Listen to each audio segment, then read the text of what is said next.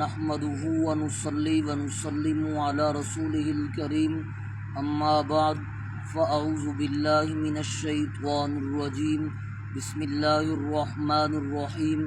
میرے واجب الاحترام سامعین کرام، آج آپ حضرات کے سامنے ایک اہم موضوع پر گفتگو کرنے چلے ہیں۔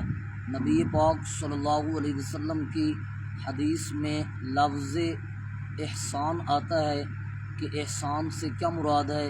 نبی پاک صلی اللہ علیہ وسلم نے فرمایا، احسان شریعت کے اندر اس چیز کا نام ہے کہ بندہ جب رب کی عبادت کر رہا ہو تو دل کے اندر یہ خیال پیدا ہو جائے کہ میں اپنے رب کو دیکھ رہا ہوں۔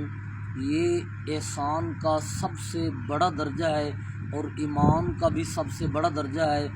ہاں، نبی پاک صلی اللہ علیہ وسلم نے ارشاد فرمایا، اگر یہ کیفیت پیدا نہ ہو کہ میں رب کو دیکھ رہا ہوں تو کم از کم یہ کیفیت پیدا ہونی چاہیے کہ میں جس رب کی اور جس معبود کی، جس اللہ کی، جس مشکل کشا کی، جس حاجت روا کی، جس عزت کے مالک کی، جس ذلت کے مالک کی، جس اللہ کی میں عبادت کر رہا ہوں تو وہ مجھے ہر حالت میں، ہر کیفیت میں دیکھ بھی رہا ہے، میرا کلام بھی سن رہا ہے اور میری حاجات کو وہی پورا کرنے والا ہے۔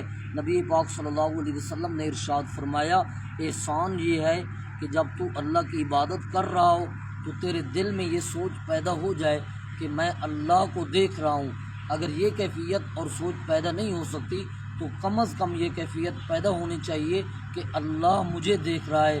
جب یہ چیز پیدا ہو جائے گی تو ایمان آپ کے دل میں کامل ہو جائے گا۔ میرے واجب الاحترام، اگر ہمارا میسیج اور پیغام آپ کو اچھا لگا تو ہمارے پیج کو لائک کرنا، ویڈیو کو شیئر کرنا اور لائک کرنا۔ جزاکم اللہ خیرا۔